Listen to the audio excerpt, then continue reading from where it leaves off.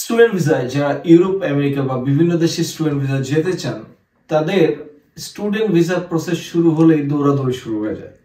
Student visa যারা দেশের বাইরে যেতে চান তাদের একটা পূর্ব প্রস্তুতি থাকলে এই জার্নিটা অনেক সহজতর হয়। তাই স্টুডেন্ট ভিসার পূর্ব প্রস্তুতি আপনি কিভাবে নেবেন, কিভাবে আপনার ভিসা প্রক্রিয়াটাকে সহজ করবেন, সেই নিয়ে আমার আজকে ভিডিওটি। এই ভিডিওটি কিন্তু শুধুমাত্র স্টুডেন্টদের জন্য প্রযোজ্য না। এই ভিডিওটি গার্ডিয়ান থেকে শুরু করে আমাদের দেশে যারা ইভেন কি রানিং স্টুডেন্ট আছেন, যারা আসলে বিদেশে পড়াশোনার একটা মনোবাসনা রয়েছে, তারা এই ভিডিওটি দেখবেন এবং সম্পূর্ণ ভিডিওটা দেখলে আই স্ট্রংলি বিলিভ যে আপনার একটা ভালো আইডিয়া গ্রো হবে, যে আপনার পরবর্তী জার্নিটা স্মুথ হবে।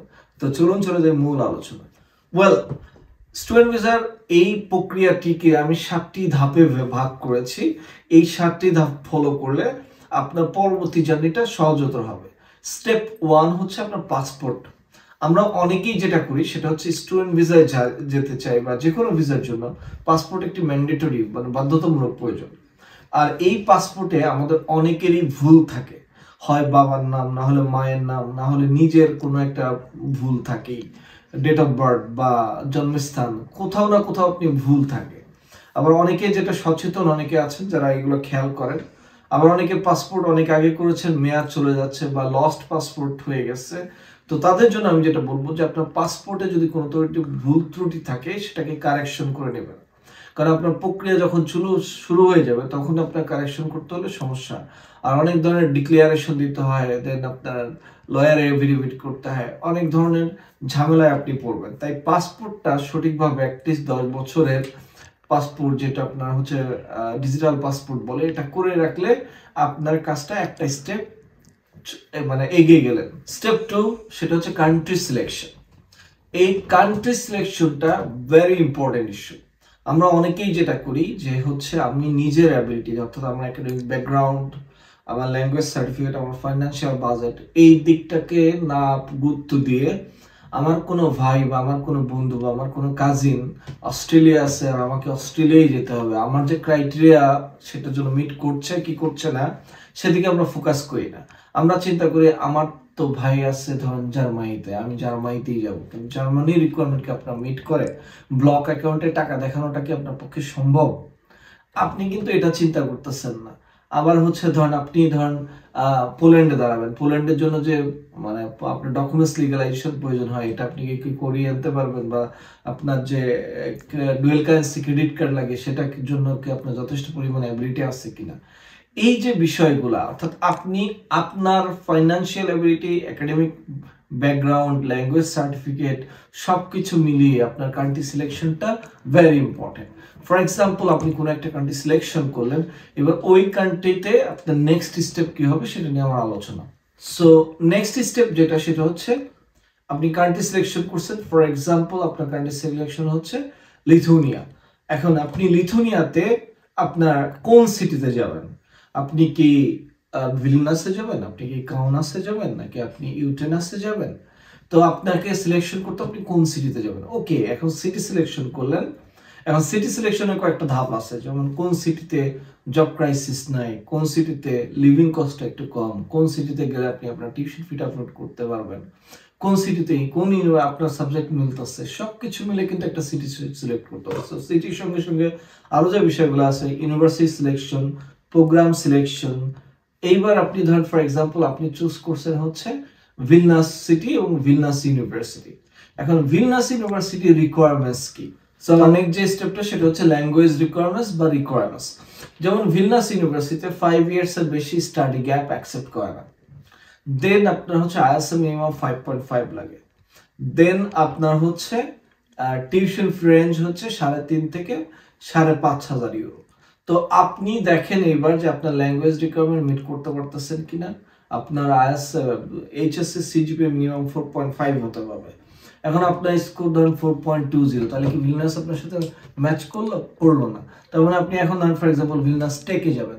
তো এই যে ইউনিভার্সিটি অনুসারে রিকোয়ারমেন্ট, এটা কি শুধুমাত্র কিন্তু আমি লিথুনিয়াকে একটা এক্সাম্পল হিসেবে দিলাম, এটা পোল্যান্ডের ক্ষেত্রে প্রযোজ্য, এটা অন্য আদার কান্ট্রির ক্ষেত্রে প্রযোজ্য। যেমন ধর ফর এক্সাম্পল ডেনমার্কের ক্ষেত্রে, ডেনমার্কে এখন আপনি যদি নিলসব্রোক ইউনিভার্সিটিতে যান, নিলসব্রোক আর্লি অ্যাপ্লিকেশন করতে হয়, সিজিপিএ ভালো থাকতে হয়, দেন আইএলটিএস অ্যাট লিস্ট 6.5 বা 6 থাকতে হয়, একটা মডিউলে 5.5 এর নিচে থাকলে সমস্যা।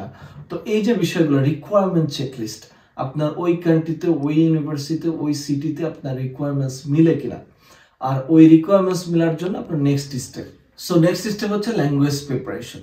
এখন আপনি সেট করলেন যে আপনি ফর এক্সাম্পল ডেনমার্কে যাবেন, আপনার ল্যাঙ্গুয়েজ রিকোয়ারমেন্টস হচ্ছে 6.5 বা PTE 52 at least for IBA or নিলসব্রুকের জন্য। এখন এই যে ল্যাঙ্গুয়েজ প্রিপারেশন, এই ল্যাঙ্গুয়েজ প্রিপারেশনটা নিয়ে আপনি অ্যাপ্লিকেশন শুরু হওয়ার আগেই এই সার্টিফিকেটটা, অর্থাৎ ল্যাঙ্গুয়েজ সার্টিফিকেটটা আপনাকে অর্জন করতে হবে যদি আপনি ওই পার্টিকুলার কান্ট্রিতে যান। তো এই যে রিকোয়ারমেন্টসটা রেডি করা, এটা কিন্তু আপনার নেক্সট স্টেপে পড়ে এবং এটা ভেরি ক্রুশিয়াল, কারণ আপনি ল্যাঙ্গুয়েজ রিকোয়ারমেন্টস না মিট করলে বা সিজিপি রিকোয়ারমেন্টস না মিট করলে কিন্তু আপনি অ্যাডমিশন পাবেন না। Step 5, academic credential preparation.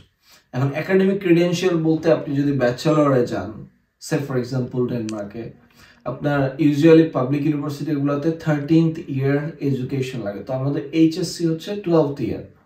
আবার আপনি যদি ধরেন ফর এক্সাম্পল আইবিএতে বা নিলসব্রোকে বা প্রাইভেটে যান, সেক্ষেত্রে আপনার 12th অর্থাৎ এইচএসসি হলেই চলছে। ভালো কথা, ফর এক্সাম্পল আপনি এইচএসসি দিয়ে প্রাইভেটে যাবেন, তো আপনার এইচএসসি সার্টিফিকেট এবং ট্রান্সক্রিপ্ট, এসএসসি সার্টিফিকেট এবং ট্রান্সক্রিপ্ট, এই যে আমাদের দেশে ইদানিং যেটা দেখা যাচ্ছে যে প্রভিশনাল সার্টিফিকেট আছে অনেকের, এইচএসসি প্রভিশনাল সার্টিফিকেট অনেক সময় অ্যাকসেপ্টেড না, তো আপনি অরিজিনাল সার্টিফিকেট উঠানো, সেগুলোকে আবার অ্যাটেস্টেড করা, এগুলো যদি রেডি করে রাখেন তাহলে আপনার কাজটাকে আর সহজ করবে। এখন আমি ফর এক্সাম্পল, আমি এই ভিডিওটা বলছি আপনি কোন কোন প্রিপারেশনগুলো নেবেন। এখন এক একটা কান্ট্রির কিছুটা জিনিস একটু ডিফারেন্স থাকে, কিন্তু ল্যাঙ্গুয়েজ প্রিপারেশন আপনার লাগবেই, পাসপোর্ট আপনার লাগবে, তো এটা কমন একটা বিষয় যে আপনার কোনগুলো লাগবে। তো আমি কিন্তু আপনাকে যে বিষয়গুলো শেয়ার করছি সেটা হচ্ছে যেটা আপনাকে অবধারিতভাবে লাগবে, যেমন অরিজিনাল সার্টিফিকেট এবং ট্রান্সক্রিপ্ট। এখন কোথায় লিগালাইজেশন লাগবে, কোথায় লিগালাইজেশন লাগবে না, এটা কান্ট্রি টু কান্ট্রি ভ্যারি করে। তো আপনার এই একাডেমিক ক্রিডেনশিয়ালটা শুধুমাত্র যে hard copy, not only that, এটাকে সুন্দর করে প্রফেশনালি স্ক্যান করে আপনার ল্যাপটপে পিডিএফ করে রিনেম করে সুন্দর করে আপনি রেখে দিবেন। তারপর সফট কপি এবং হার্ড কপি দুইটাই রেডি রাখতে হবে। এবং মাস্টার্সে গেলে আপনার ব্যাচেলর সার্টিফিকেট এবং ব্যাচেলর ট্রান্সক্রিপ্ট ইউনিভার্সিটি থেকে অরিজিনাল কপি উঠিয়ে সেটাও কিন্তু আপনি ইউনিভার্সিটি থেকে অ্যাটেস্টেড করে রেখে দিতে পারেন। এটারও আপনার সফট কপি এবং হার্ড কপি দুইটাই রেখে দিতে হবে। স্টেপ নাম্বার 6 হচ্ছে ব্যাংক অ্যাকাউন্ট বা আদার ডকুমেন্টসগুলো প্রিপারেশন করা। যেমন আমাদের অনেকেই যেটা হয় আমাদের দেশে, যে স্টুডেন্ট ভিসা করতে যাচ্ছে অথচ নিজের একটা ব্যাংক অ্যাকাউন্ট নেই, অথচ ব্যাচেলার্স কমপ্লিট করে ফেলছে, এমন অসংখ্য ছেলে মেয়ে আছে। আমার শুনলেই অবাক লাগে যে একটা ছেলে ব্যাচেলর পাস করে ফেললো অথচ তার ব্যাংক স্টেটমেন্ট নেই। যদি জিজ্ঞেস করি কোথায় ব্যাংক আছে, বলে মোবাইল ব্যাংকিং। হাউ স্টুপিডিটিস! মানে আপনি ওই ব্যাচেলর শেষ করে ফেলছেন, আপনি একটা জেনারেল ব্যাংক অ্যাকাউন্ট বা কার্ড ইউজ করেন না। এটার জন্য কি অনেক টাকার প্রয়োজন? না, আপনি কিন্তু 500, 1000 করে লেনদেন করলেও আপনার কিন্তু এই যে আপনার ব্যাংক অ্যাকাউন্টটা সলভেন্সি বাড়তেছে। আপনারা পরে দেখা যায় 3 মাসের সলভেন্সি দিতে আপনাদের জন্য দেখা যায় আমাদেরকে এই ব্যাংক ওই ব্যাংকে রেফারেন্স দিতে হয়। কিন্তু নিজের একটা ব্যাংক, সিটি ব্যাংক বা ব্র্যাক ব্যাংক বা ইস্টার্ন ব্যাংক বা আপনি প্রিমিয়ার ব্যাংক, যে কোনো একটা ব্যাংকে আপনি অ্যাকাউন্ট করে আগের থেকেই যদি লেনদেন করেন, নিজের খরচটাও যদি আপনি ব্যাংক থেকে মাধ্যমে লেনদেন করেন, তাইলেও কিন্তু আপনার সলভেন্সি বাড়তেছে। আপনার বাবা মার যে কোনো একজনের একটা অ্যাকাউন্টে লেনদেন করতে পারেন, দৈনিক যে খরচটা করেন সেটাও যদি ব্যাংকের মাধ্যমে টুকটাক লেনদেন করেন, তাও তো আপনার একটা স্টেটমেন্ট দাঁড়ায় যাচ্ছে। তো মেইনলি যেটা সেটা হচ্ছে যে কোনো দেশের স্টুডেন্ট ভিসার ক্ষেত্রে আপনার ব্যাংক স্টেটমেন্টটা একটা গুরুত্বপূর্ণ রোল প্লে করে, এক্সেপ্ট ডেনমার্ক। তারপরেও আমি বলবো যে আপনার ব্যাংক অ্যাকাউন্ট থাকাটা জরুরি এবং আদার ক্রিডেনশিয়াল, যেমন আপনি যদি কোথাও কোনো স্কাউটে থাকেন তাহলে scout as a certificate, participation certificate, কোনো extra curricular activity certificate, recommendation letter, MOI, এই জিনিসগুলো আপনার যদি হাতের নাগালে থাকে, আপনি যদি সফট কপি বা হার্ড কপি থাকে, আপনার দৌড়াদৌড়ি অনেকাংশে কমে আসবে। স্টেপ 7, ফোল্ডার এবং ফাইলিং। আমি যত ডকুমেন্টসের কথা বললাম এই ডকুমেন্টসগুলো আপনি সফট কপি সুন্দর করে একটা ফোল্ডার বানিয়ে আপনার ল্যাপটপে বা কম্পিউটারে রেখে দিবেন, বা ইমেনকি ইমেইলে, যদি কারো ল্যাপটপ কম্পিউটার নাও থাকে ইমেইলে রেখে দেবেন, এবং হার্ড কপিগুলো ফাইলিং করে সুন্দর করে রেখে দেবেন। আরেকটা জিনিস বলছি, অনেকে যেটা করেন সার্টিফিকেট অনেকদিন রাখার জন্য লেমিনেটিং করেন। এই লেমিনেটিং ভুলেও করবেন না। লেমিনেটিং কিন্তু কোথাও কোনো এমবাসি অ্যাকসেপ্ট করে না। অ্যাটাস্টেড করতেও সমস্যা, সব দিক দিয়ে সমস্যা। তাই আবেগে লেমিনেটিং করতে যাবেন না। আর যখন আপনি সফট কপিগুলো করবেন, সফট কপিগুলো আপনি সুন্দর করে রিনেম করবেন আপনার সারনেম দিয়ে। ফর এক্সাম্পল আপনার সারনেম হচ্ছে আব্দুল হাকিম, তো Hakim's secondary school certificate, Hakim's secondary school transcript, Hakim's higher secondary certificate, এইভাবে সুন্দর করে রিনেম করে পিডিএফ জেপিজি রেখে দিবেন। তো এই যে ডকুমেন্টসগুলো আপনার প্রিপারেশন করলেন সফট কপি এবং হার্ড কপি, আপনি এখন যে কোনো দেশে, সেটা ইউরোপ, আমেরিকা, অস্ট্রেলিয়া, যে কোনো দেশেই বলুন, আপনি যখন ভিসা প্রসেসিংয়ে যাবেন, আপনি নিজে করুন আর এজেন্সি দিয়ে করুন, আপনার কাজটা কতটা সহজ হবে ইউ কান্ট ইমাজিন। আর মোস্ট ইম্পর্টেন্টলি, আমরা অনেকেই কিন্তু যারা বিশেষ করে মাস্টার্স প্রোগ্রামে অ্যাপ্লিকেশন করে অনেকেই জব করেন। আমি যখন স্টুডেন্ট ভিসায় আসি সুইডেনে, তখন কিন্তু আমি জব করতাম। তো আমি যে ধরনের এজেন্সির মাধ্যমে কাজ করছি, হুট করে বলতো যে কালকে তোমার এইটা লাগবে, আমাকে দৌড় শুরু করতে হতো অফিস ছুটি নিয়ে।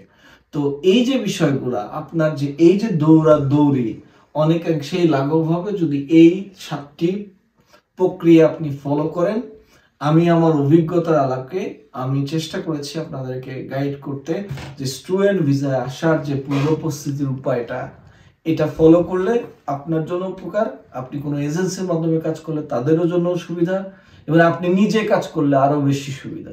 So thank you very much for watching my video. Have a nice day.